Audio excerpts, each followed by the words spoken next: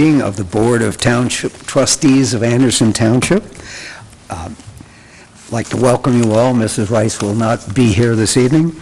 As I said, if we lose our power, it may be a good thing. If you would, please join us in the most important thing we're going to do tonight, and that's the Pledge of Allegiance. I pledge allegiance to the flag of the United States of America and to the republic for which it stands, one nation, under God, indivisible, with liberty and justice for all.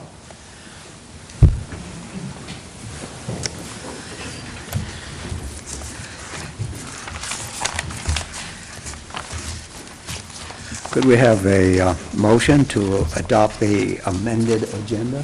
Yes, I'd like to make a motion to adopt the amended agenda. The only amended portion is item 6D4. We're not going to look at or consider the June 6th meeting minutes. We'll do those at a later date. Second? Mr. O'Brien? Yes. Mr. Jackson? Yes.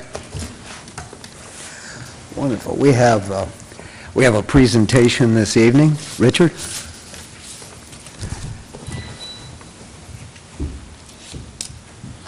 Good evening. I have the pleasure of introducing this distinguished guest that's with us tonight.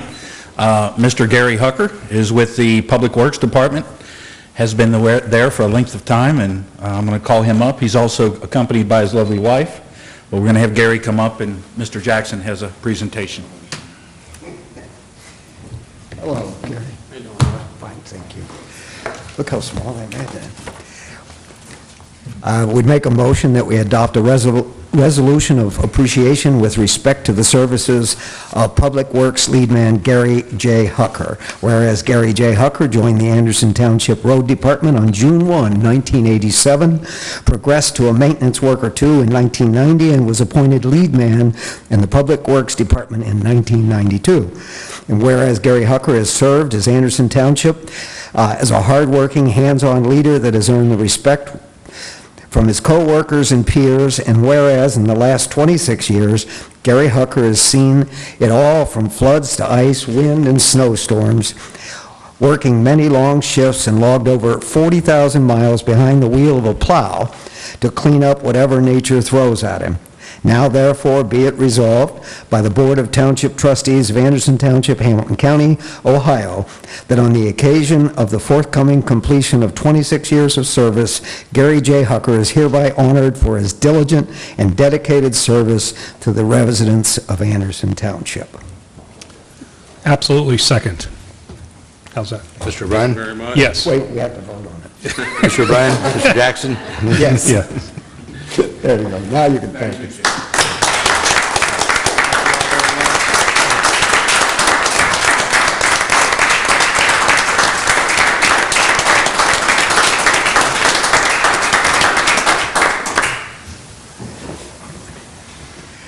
And we're anticipating at least 25 more. Got that? Okay. Legislative update.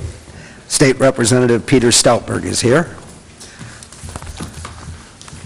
Good evening, and thank you for having me again on this wonderful summer evening. Thank you for the weather, Steve. Appreciate that. We are about to wrap up our budget process, which has seemingly gone on forever, and it has. We are currently in the conference committee portion of it, where the House passed its version back in April. The Senate passed its version. Surprisingly, they didn't like what we did, and they passed their version a couple weeks ago, which we rejected, throwing it into the conference committee, which is very typical and traditional. Details of that are starting to come out today. There was an announcement with respect to the taxes, which we'll get to. The full conference report will probably be out Monday or Tuesday, and we will vote on it next Thursday, wrapping it up. So we will be done at that point. Highlights are a very multifaceted tax rearrangement, I guess is the best word. There's income tax, 10% reduction in your income tax rates over the next 3 years on the personal side. For businesses, small businesses, we're looking at a cut of 50% on your income tax rates for the first $250,000.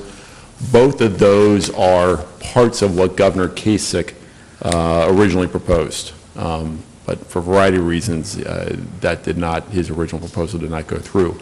We are going to increase sales tax a quarter, so 5% up to 5.5 up to 5.75, to help offset. And our view is that the income tax really penalizes production and earning and activity. If we move to more of a consumption-based tax, that is the way we should be going. And that's what you'll find in other states as well. So we're trying to get there, move there, and we believe that job growth comes with a lower income tax rate.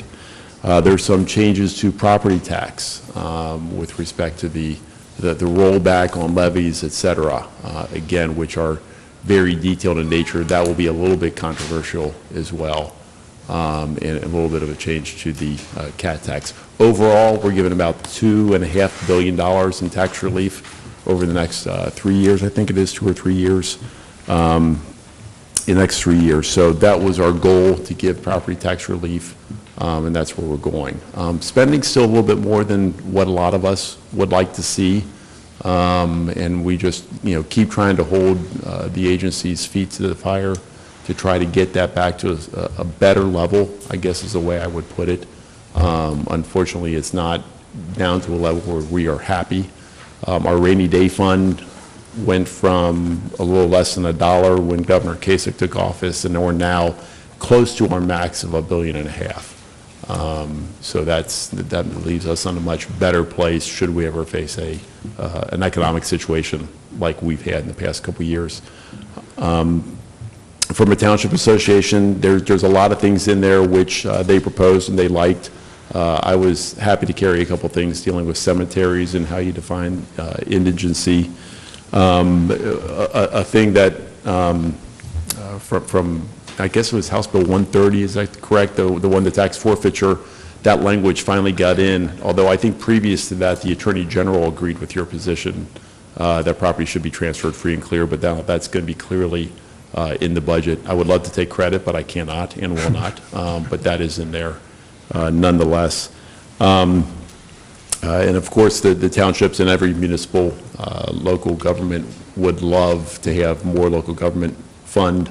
We're not cutting it, but I think that we're not going to increase it to anywhere close to where a lot of people would like it. And some villages, other municipalities and townships do very well with what they have. Others are struggling very mightily. So we keep trying to work with them to try to find better solutions. But the LGF will not be, where these governments would like it. So I will stop talking and be happy to answer any questions that you might have. Mrs. Aragon? Yes, Representative Stalberg, it's my age-old question. As far as the legislation that's proposed for a change in annexation, I understand that you're going to be sponsoring that bill, and I just didn't know if you had a date on when that will be dropped. Yeah, when I was last here, actually, I thought and wanted to drop it within a 1 or 2 week period of time, and Representative Blair has been working on language and proposals and outlining a co-sponsor request. And then we got to a point of discussing, and it's still for discussion, whether we drop it now and it'll sit there for people to pick apart over the summer, or wait until after the summer break. I think we are leaning towards going ahead and getting it dropped, and that way we can meet with the various interested parties. And I'm sure that the people who may not like it will get with their newspapers and come out with the resolutions, and we can deal with all that. We have been meeting with a lot of people who were around back in the day who understand that the language which is currently in law really wasn't intended back when they redid that back in '01, probably. Yeah. I wasn't around. So it'll be good to get those people out and say that this really is a fair thing which respects property rights of everyone, including our taxpayers. So, and I I regret not being able to do that yet with everything going on in the budget. Representative Blair and I were not able to, and we're also looking for another joint sponsor. Okay. So that's also part of the holdup. Okay. Well, I appreciate anything you can do, and Anderson will be there supporting that legislation. Ms. Rice and I traveled to Columbus, as you're aware, in the past when it was House Bill 50, and we will do whatever we can to help support that. So thank you. Thank you. Nope, no questions. I had two items, if I could. One is House Bill 190, an issue that's been near and dear to our hearts for a long time, and that's changing the threshold on prevailing wage when it came to certain larger projects. The big thing in every township in Ohio are road repairs, and it's our understanding that even though they keep using the word vertical, and we're not quite sure whether they're just applying that to schools, but it's our understanding from the Township Association that our road projects would be included. I'd have to look into that. Will you? Yes, and I'll get back to you on that. Are you wondering where it stands? And that's my second follow-up to that was how's it going? Yeah, I will look. I believe that there was, I remember reading something over the past week, that there was at least sponsored testimony, and of course, that is always going to be controversial with respect to, what that means. And it may have been this week in Gong where there was a mention of that. But there was a couple different bills with, right to work, prevailing wage, all dropped in succession. So This is the one that really has specifically dealt with that threshold going from whatever it is today, under 100,000 up to, I think it's 2 million or something. So we appreciate your follow-up. That could mean a lot to every township in Ohio, a lot to us. 5% of $1 million is and if you put few enough bucks. Asphalt down on the road, you every eventually have a year. vertical road. Yeah, that's right. Anyway, thank you on that one. The other one, amended House Bill 59, is the one that calls for these financial disclosure statements from township trustees and fiscal officers. And I don't think any of us have ever had a problem with it, but my question, Peter, and maybe you could find out for us, is how did they determine a threshold of communities with 5,000 residents or more? Because if in fact their justification is the little guys don't count, then I think that theory should apply in a lot of these other cases that we've been talking about, including even in the annexation, where it just takes them out of the scenario. They don't have to oppose it. Do you have any idea where that rationale came from? I do not. Usually things are settled like that over a card game, so I don't know if that was the result or not, but they were probably looking at some delineation. I don't know what the clout number is. 5 seems relatively small, and I think well, first of all, I think that may also be in the budget at this point. I think at one point it was. Whether it'll pop out in the conference committee or not, I'm not sure. But I think the fear is that when you get into really small townships, you're going to peel away people who want to run for office, who do not want to do financial disclosures. I don't know if everyone knowing everybody else's business qualifies or gets around that exception, but I think certainly that would be enough of an obstacle to some people where nobody may want to run in smaller communities. But I do not know what the idea was behind that. The one interesting point is the language, as I understand it, does not delineate between incorporated township land and unincorporated township land. And I guess traditionally it certainly would or does, and that was an issue where a township with 3,000 in unincorporated land may grow to 6,000 if you include everything. So they were going to be working on that. I know that was an issue for the Township Association. The follow-up question to that is, it was my understanding that municipalities, cities and villages already had this requirement in place. Right. Under the West Jackson Fairness Doctrine. Whatever they have, we should have. And maybe this is part of their language. I have no idea. Maybe you can Yeah, I find don't out. know the genesis of it. And there's also the continuing education piece, which is being talked about and discussed as well. But again, I'll find out. We'll know next week what the status is. But I've not heard about it as 59, but in terms of that it was included in the budget. But I'll find out what the status is. And The big issue on 59, I think it is, that the Township Association was opposed to it, was because it took effect immediately, meaning Yeah, that was the candidates who were, problem. and supposedly candidates who are running this fall don't have enough time to prepare a financial They- statement. I'm sorry. Yes, they need to fix that. They need to, delay it 6 months, a year, or whatever. But that would not be a wise move to put that in and throw into chaos what is already going on. Thank you. Thank you. Anybody else? As always, thank you, Peter. At every meeting, the board sets aside time for individuals who wish to address the board. We ask that you make non-repetitive points as clearly and concisely as possible, limiting your comments to a maximum of 5 minutes. Speakers are asked to state their name and address for the record. If anyone would like to address the board, please come forward. And if you don't like that one, you could come to this one.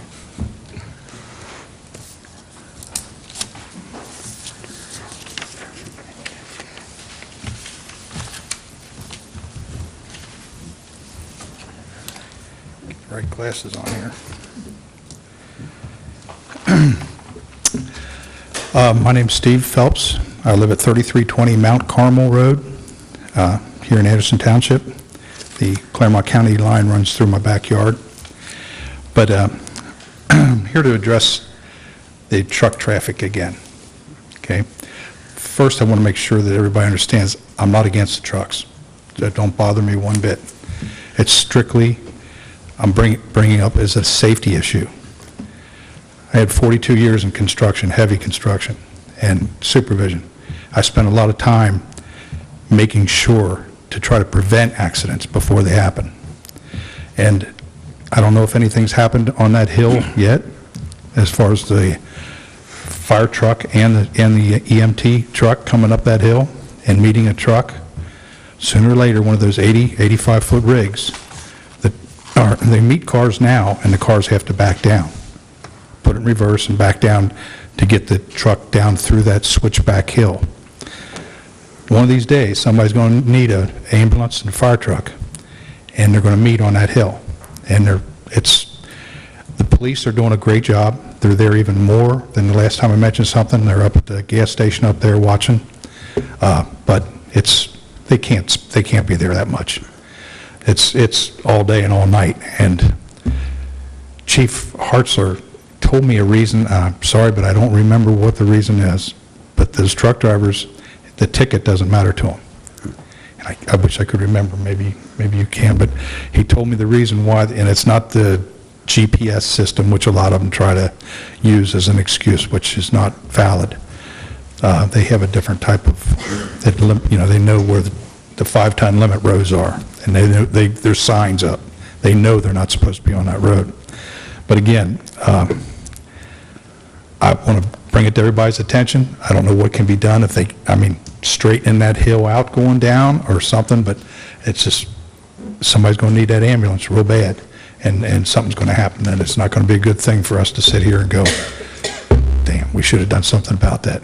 So think about it and have somebody look at it and see what they can do. We will do that, and thank you for your comments. It is a county road, as you know, so we once again will pass the problem along to the county engineer and review the issue once again with the Sheriff's Department. Sergeant Mike Carney just heard what you had to say. Perhaps a big sign that, like I see on the interstate, that tells me there's going to be an $800 million fine might discourage them. I do have one thing I would suggest to you, and we don't need to know it here, but if you have entities that appear to be regular abusers, you need to let the sheriff's department know it. If there are that many violations, are they all, each one different? We have the same problem on Columbia Parkway. You probably hear my wife while you're sitting here complaining about it because some of those guys, the signage, I believe, is not adequately placed far enough back for the trucker who's not familiar with the area to make a decision to get off. And I think if the city of Cincinnati would look at that, they could probably cut 80% of the problems away. Anyway, we will follow up. Thank you.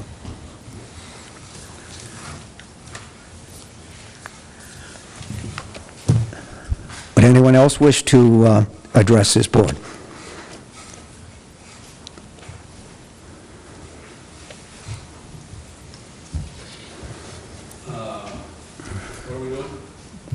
What are we doing? I'm sorry, my wife is...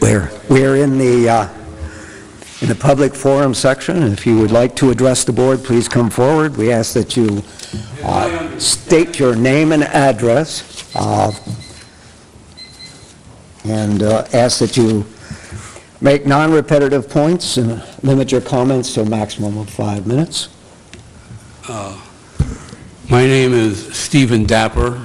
I live in Mount Carmel at 3319 Mount Carmel Road. And I was contacted by Kevin O'Brien and said they were trying to pass some kind of resolution, which I haven't heard of, never been contacted. Surprise to me, I don't know what's going on. So I thought I'd come up and see what it's all about. This public speech forum, I mean, I don't have a whole lot to say since I don't know what's going on. Perhaps when we get to that part of the program, you'll allow me to address the Go ahead and Kings do it. again. No, go ahead and do it right now. This is the public forum portion of the meeting. Well, I don't know what Please to go forward. talk about because I haven't been served anything. I have no idea about this resolution. Since there's no, what am I supposed to tell you when I don't know what's going on? Kevin O'Brien was kind enough to give me a phone call and tell me there was a resolution. He didn't tell me what it was about. So I looked online, didn't find anything online. I don't know what's going on. So I've never been served. I have no idea what this is about. But you're going to talk about me and my wife and my property, even though I haven't been informed. So what am I supposed to talk about? I have no idea. I don't have any You're the one idea that either, came up Russ. there. I mean, I got no idea. You don't have any idea. I don't have any idea. I have no So idea. the only thing what I you wanna ask talk is that when we get to this point in the program, I'm allowed to talk. You say, okay, what do you got to say about this when you get to this part of the program? That seems fair to me. Don't you agree? No. Go like this? No, I don't. Well, you don't? Why No, not? because we have, wait a minute, don't interrogate me, sir. I'm not interrogating you, sir. I'm simply asking you a simple question. I'm here to talk about a resolution you want to pass about my property, and I have no idea what it's about. And now you're saying once you do present it, you're not going to let me address it? This is the way we work here in Anderson Township? By the way, how come you're up here? Where's O'Brien? What's the other one? Peggy Reese. I thought Peggy Reese was the circulating president of the council. Or what's going on with you up there? Russ? Where's Peggy? She couldn't make it tonight, Steve. Well, how come Kevin isn't taking your place, or Peggy's place? Russ is the vice president. He's, Oh, that doesn't rotate? yeah. Okay. Anyway, what are we going to do when we get to the resolution? You have 1 more minute, so tell us what you want to say. What I want to know is what the resolution's about, and when we get to it, allow me to address it. That's up to the board at that moment in time. Oh, okay. Okay? Sure. Thank you very much. Anyone else wish to address this board?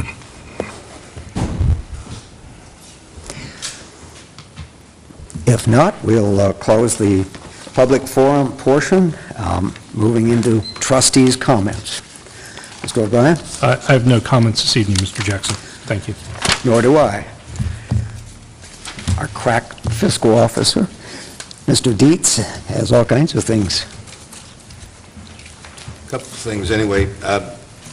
Every 5 years, we have a depository agreement which comes up. That is due to expire on June the 30th of this year. We have asked for a 60-day extension with Fifth Third Bank to give us some time to solicit and review applications from other banking institutions, financial institutions. We have had some interest, a couple phone calls from other banks, so we want to at least give them a chance to make their pitch. We might have them put something in writing, making some type of a proposal to us.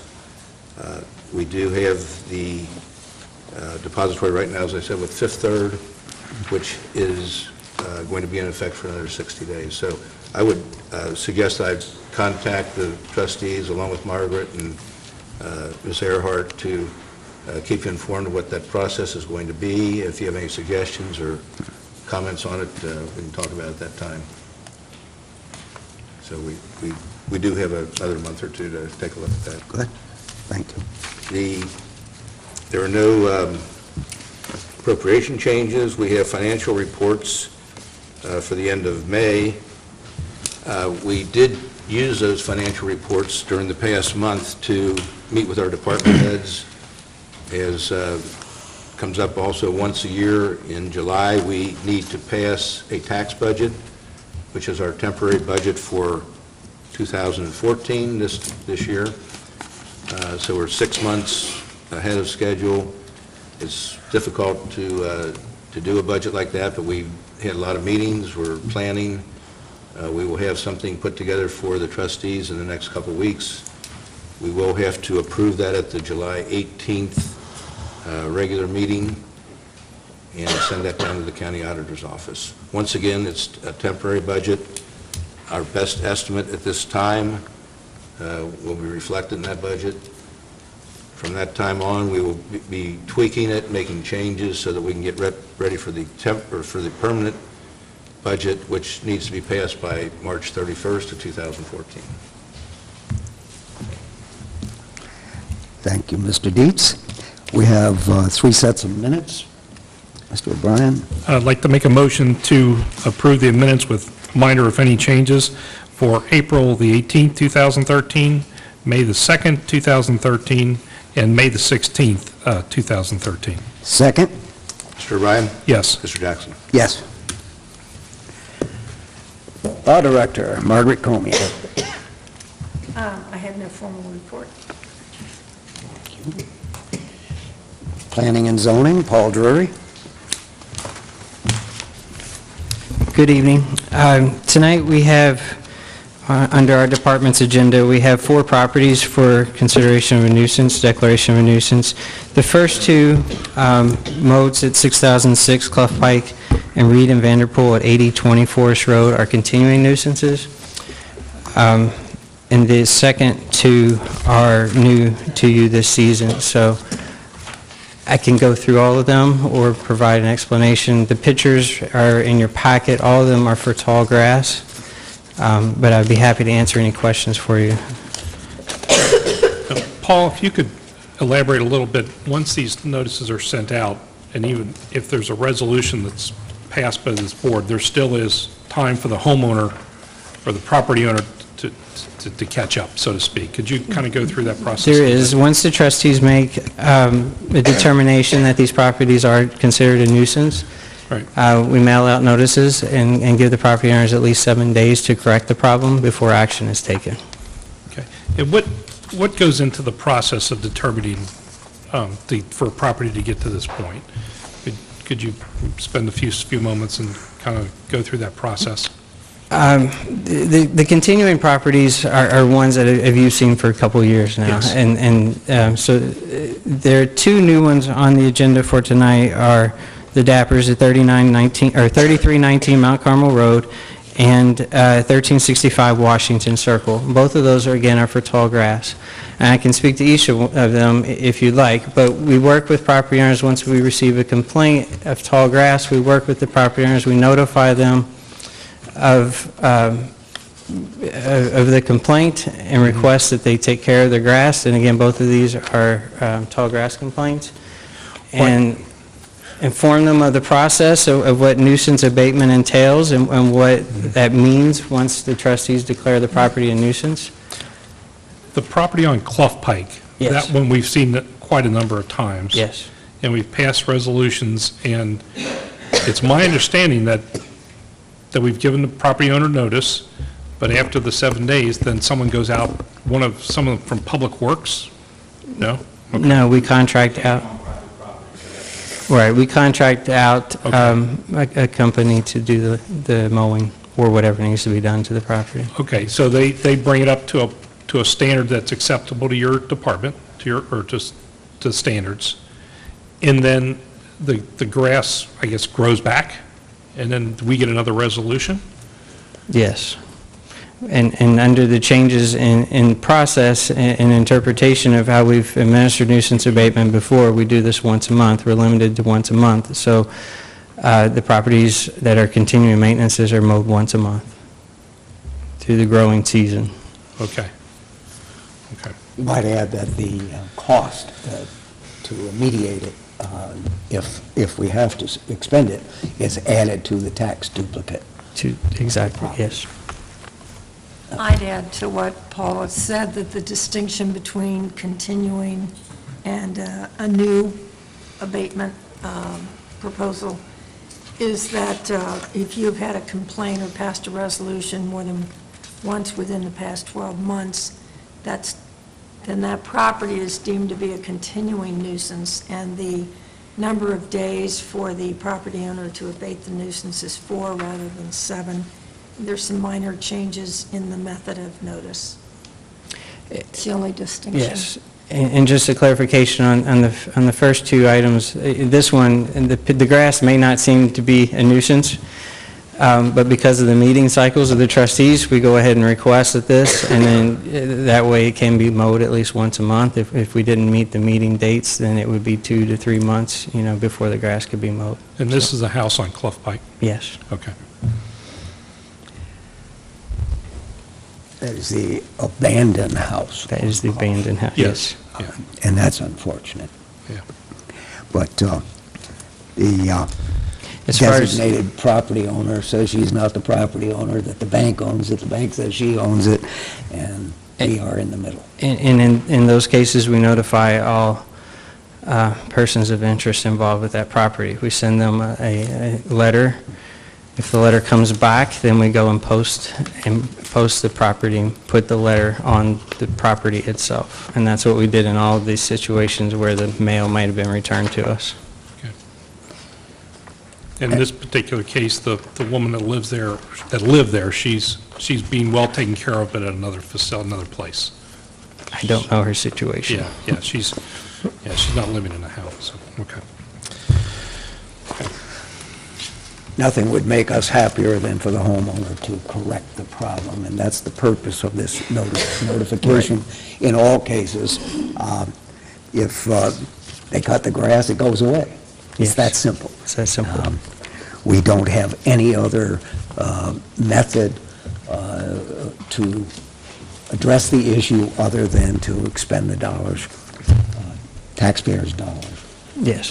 to remediate it. And some of these are real issues. They're adjacent to, they're in close proximity to another home. This one, not in particular, but the other houses on the agenda are. In very close proximity to neighbors, and we can look at all the pictures if you like. This is the one on Forest. Could we go ahead and have a motion regarding the first two, and then we'll discuss the other two? Okay. Sure. I would move that we adopt a resolution determining a continuance of nuisance on land located at 6006 Clough and owned by Lisa Moats, providing for notice and ordering remediation pursuant to RC 505.87. Second? Mr. O'Brien? Yes. Mr. Jackson? Yes. I would also move that we adopt a resolution determining a continuance of nuisance on land located at 8020 Forest Road and owned by Mary Ellen and Gary Reed and Daniel and Tamara Vanderpool, providing for notice and ordering remediation pursuant to RC 505.87. Second? Mr. O'Brien? Yes. Mr. Jackson? Yes. Okay. Okay, this is the property at 3319 Mount Carmel Road. The original notice was crossed out as undeliverable, and that's up on the envelope is up, which it did not look like something the post office would do. So we went with the sheriff and posted the property and put the letter on the front door, and we went by and took pictures today, and the notice is still taped to the front door. Who's it addressed to? So the second notice was addressed to the Dapper family at 3319 Mount Carmel Road. No one named Dapper family besides that. So after we posted the property the second time with the sign on the door, that was proper notification. And again, we took a picture, that was a picture taken today, the sign, or the notice is still taped to the front door. There has been some progress made on cutting the grass at this property in the front. There's an incredible amount of debris in the yard, ranging from junk autos to other items, so it's very difficult. These were the pictures taken on June the 20th, and then we have some, well, I'm sorry, that was today.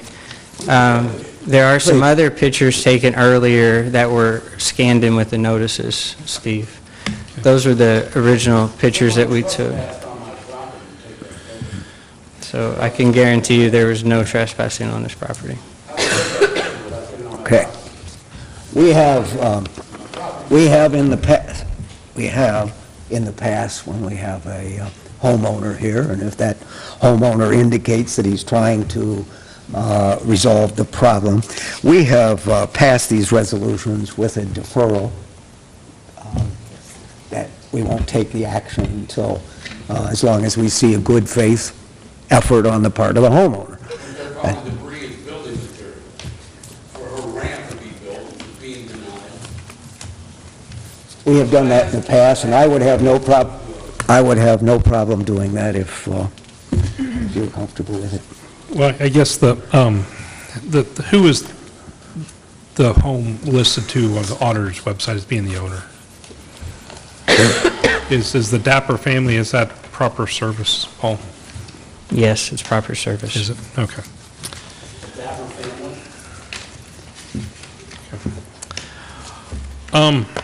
Yeah, I drove by the property yesterday. It appeared as like the grass in the front yard had been mowed, so there had been some effort. I didn't get out and walk around the property. I didn't want to infringe on Mr. Dapper's property rights without talking with him first. Again, no one stepped foot on his property to take these Understand. pictures. How did they take that picture right there? I said, on property. Can you explain that? Right there, back. Mr. Dapper, staff report to the board. Will we answer questions from the board? The auditor statement, Mr. Ryan, answer your Yeah. question. The auditor has the owner as Kathleen A. Dapper, who's in the audience. Okay. This particular picture, Paul, do you know which member of staff took that picture? I did, Okay, and that was today? yes. Okay. Where were you standing when you took that picture? I was standing in the neighbor's driveway, Okay. Were you using a zoom lens or a camera? that yellow one right there. Okay. So what is the issue here? The issue is we haven't given proper notice of something we aren't required to give proper notice to? Is that the issue? I think the proper notice is easily remedied, Mr. We don't Jackson. normally give notice. Right. So there is no proper notice specification here, but But we did. We gave- Constructive notice, at a minimum, was given here. Okay. So, As far as the what would you like to deferral, do? well, as far as the deferral, what were your thoughts? we either pass it and defer it on the basis that the homeowner has indicated that he will make a reasonable effort to correct it. If he's not going to do that, then let's just pass it and be done with it. So those are our choices. Mr. Jackson, if I may suggest that if the board is going to suggest that it be deferred with the board adopting the resolution, but we defer enactment, that there be a specific number of days set. What is it, Paul, that that would be expected a homeowner to remedy the situation? What To would mow be the expected? grass. Mow the grass? To mow the grass. So the front yard, Front yard, side yard, rear yard. rear, how far back in the rear? Because some yards can be pretty deep. Some yards can be pretty deep. This yard is not very deep, and this yard has houses all the way around it. There's a panhandle lot, and there's a house right in the back of this property. Right. So when we say this is a nuisance, it is a nuisance, because there is a house directly behind it, there's a house to the right, there's a house to the left, and there's a house across the street. This isn't a situation like on Clough, where the nearest home is clear up the hill. This is, he has very close proximity neighbors. And if you look at those pictures, especially the original ones before any work was done, Right. you can see what the situation was. Okay. I would like to see some level of deferment, Mr. Jackson. Okay. Let me make the following resolution. I would move that we adopt a resolution determining the existence of nuisance on land located at 3319 Mount Carmel Road, owned by Kathleen A. Dapper, providing for notice and ordering remediation pursuant to RC 505.87 with a 30-day abatement period. So, that's my resolution. That's my resolution. No. I just made a resolution. Second, I would like to have some additional conversation. Okay. Does 30 days seem, The grass is cut. Put it over the weekend, quit raining, so I fired the tractor and cut the grass. Cut. Then there's no problem. Let's pass a resolution. I guess I don't see a problem then. Grass is cut. Okay. And at the end of 30, I mean, with this, it just goes away and it's forgotten about. See that right there, you see there the grass is cut.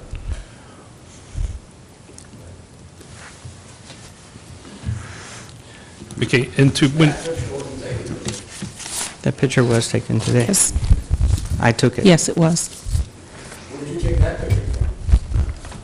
Again, Mr. Dapper, staff report directly to questions from the board, not to members of the audience. yeah, I think Mr. Drury earlier said he took that from the neighbor's driveway. Paul, where was this pic, who took this picture? I took the picture from the neighbor's driveway. Okay.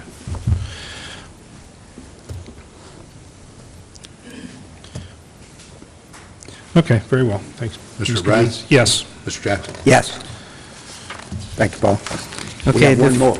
the fourth one One more. is 1365 Washington Circle, owned by Wilma Arrowwood and Walter Bowling. This one was going into bankruptcy, and the bank is involved, and the bank has requested permission now to go in and mow the grass. And an attorney from the bank was coming, she is here, and we have been working with the bank, who said that they now do have permission to mow the grass, so I don't know if you want to hear from...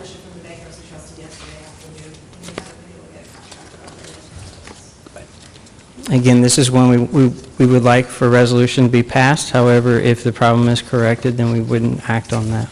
Good. How much notice, when How could many the... days? How many days? For us to get somebody out here, Yeah, I would ask for another 7 if possible. Right, and we'll 7 plus 7? 7 plus the 7 days.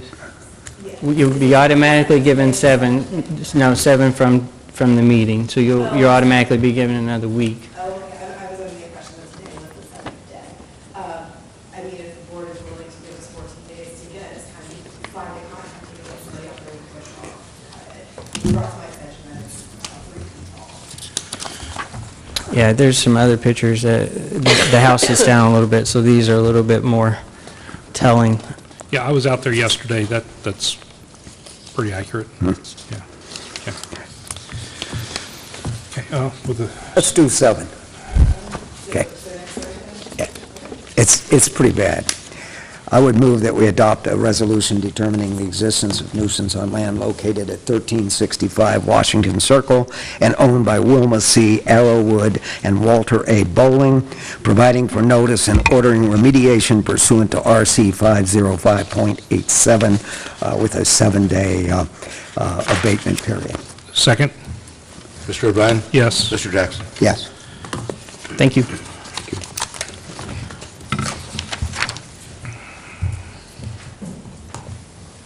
Sheriff's Office, Sergeant Mike Carney, on behalf of Lieutenant Matt Guy.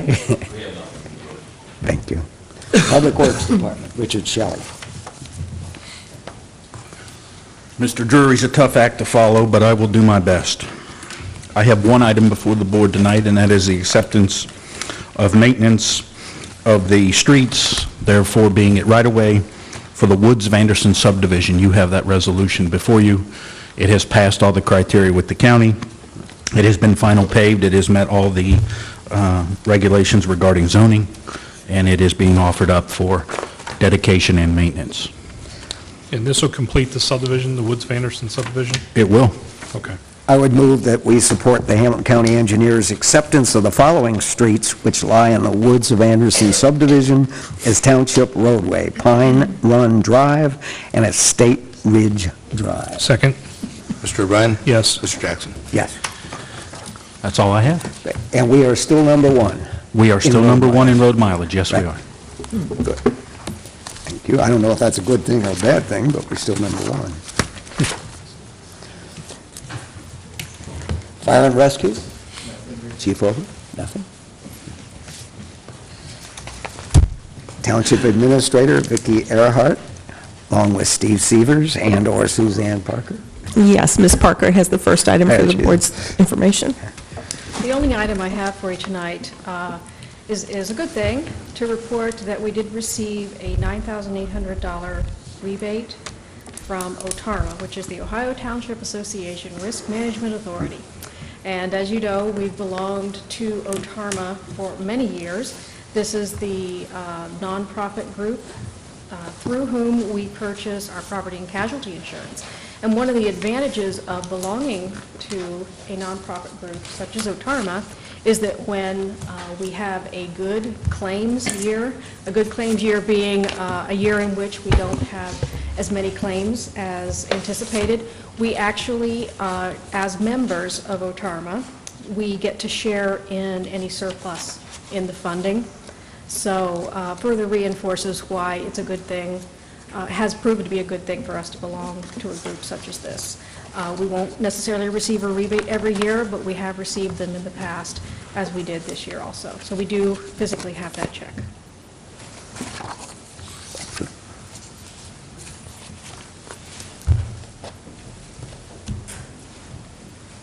Mr. Severs has the next two items for the board.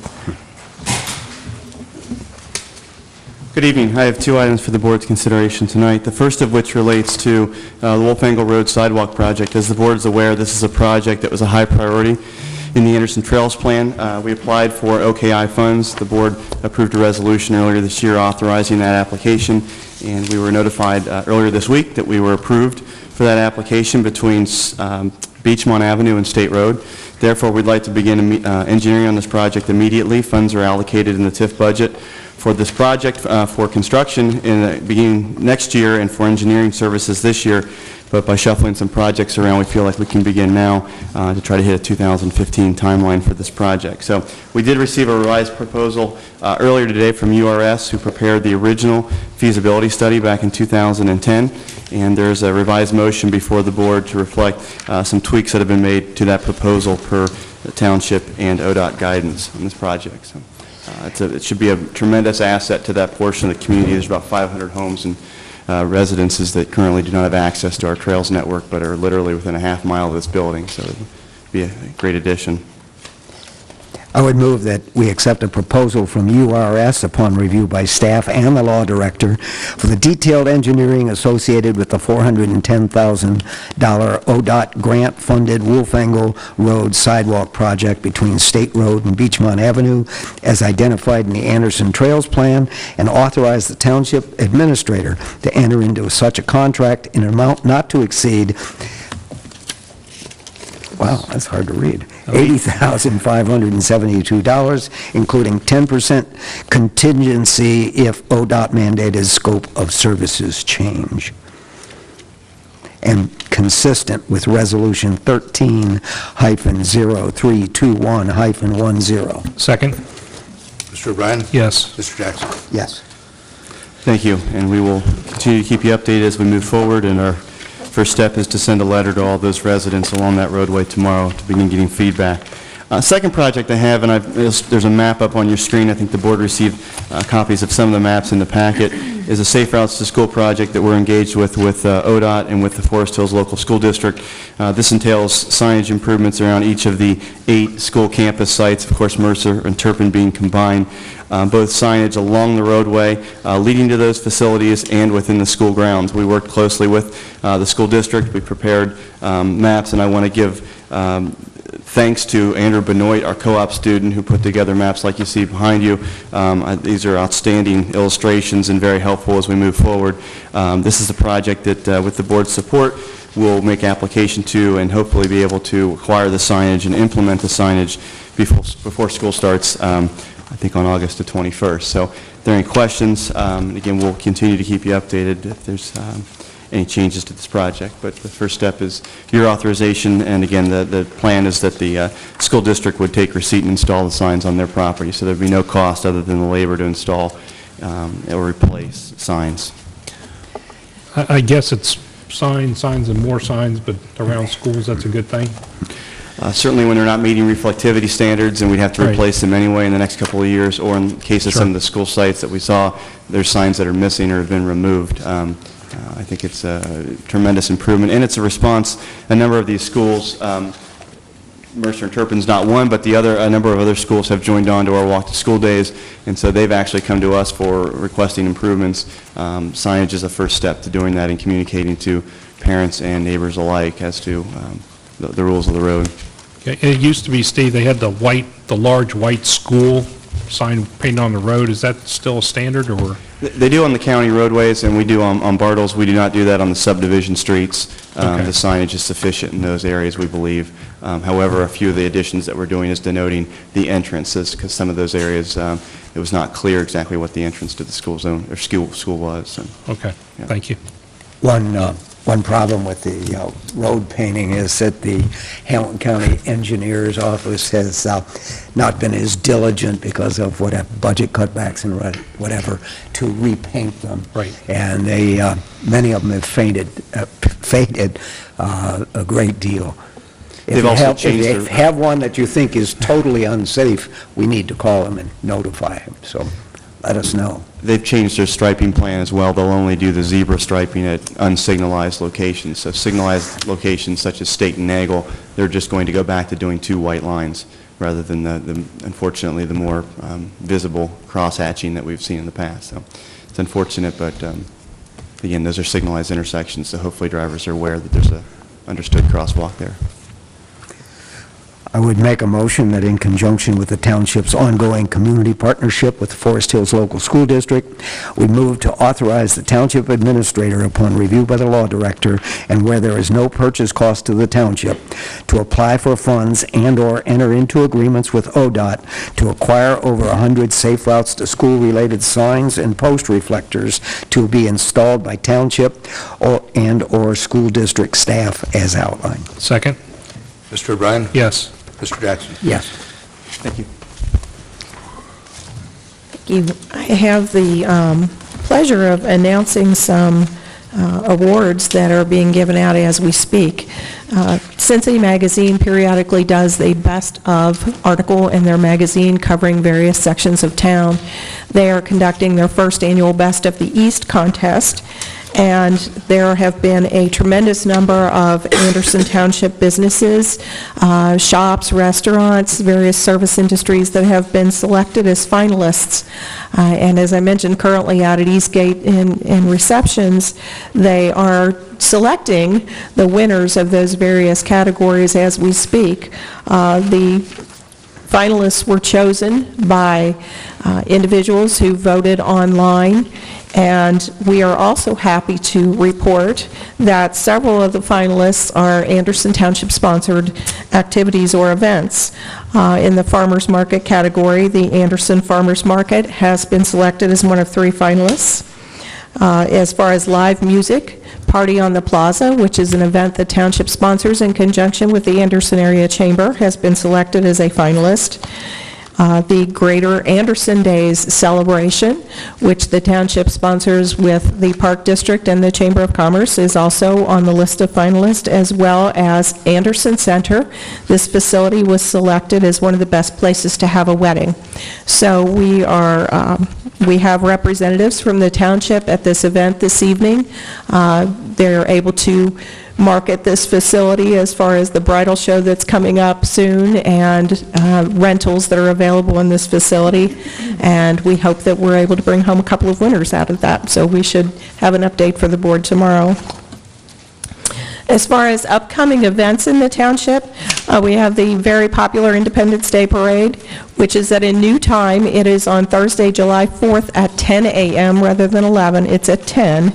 It starts at the Beechmont Fire Station, the Operations Center at 7954 Beechmont Avenue, and travels down to the Anderson Town Center, where there will be a festival after the parade. So we encourage everyone to come out for that event. The next Party on the Plaza with Leroy Ellington and the E-Funk Band, which is a very good, popular band, will be held on Thursday, July 11th from 5:30 to 9:30 on the South Plaza. Admission is free, and food and drink are $4 and under. As I mentioned, the farmers market, hopefully bringing home a winner tonight. They're having their Everything Zucchini event on Saturday, July 13th from 9 to 1 at Anderson Center Station. And then we know we will have a huge turnout. The community has been very supportive of the Greater Anderson Days celebration, which is at Beach Acres Park, July 26th and 27th from 5 to 11, and July 28th from 5 to 10. The township will have a booth, as always. We are available to answer any questions that the residents have and hopefully give some information regarding different projects that we're working on, and we will also be conducting our annual public opinion survey. So we encourage people to stop by to fill out that survey and give us their thoughts. In addition, the Anderson Township History Room is open year-round from 6 to 9 on Tuesdays, and Wednesdays and Sundays from 1 to 4, and that's in the lower level atrium. We encourage people to stop by and visit. There is one item arising from executive session discussions for the board's consideration, and that is a resolution which would authorize supplemental police protection services through the Hamilton County Sheriff's Office. This would involve a one-year limited contract agreement, details to be worked out with the Hamilton County Sheriff, but it would provide the township with some additional specialty services with regard to investigations. And the motion is before you for your consideration. I would move that we adopt a resolution authorizing the execution of agreement for supplemental police protection services as detailed before us. Second. Mr. O'Brien? Yes. Mr. Jackson? Yes. We have nothing further for the board this evening. A reminder that our next board meeting will be July 18th, 2013, 6 p.m. Citizens should call 688-8400 with any questions. With that, I would entertain a motion to adjourn. Second. Make a motion to adjourn. Thank you. I'll second that. Thank you. Mr. O'Brien? Yes. Mr. Jackson? Yes. Thank you all for coming. Thank you.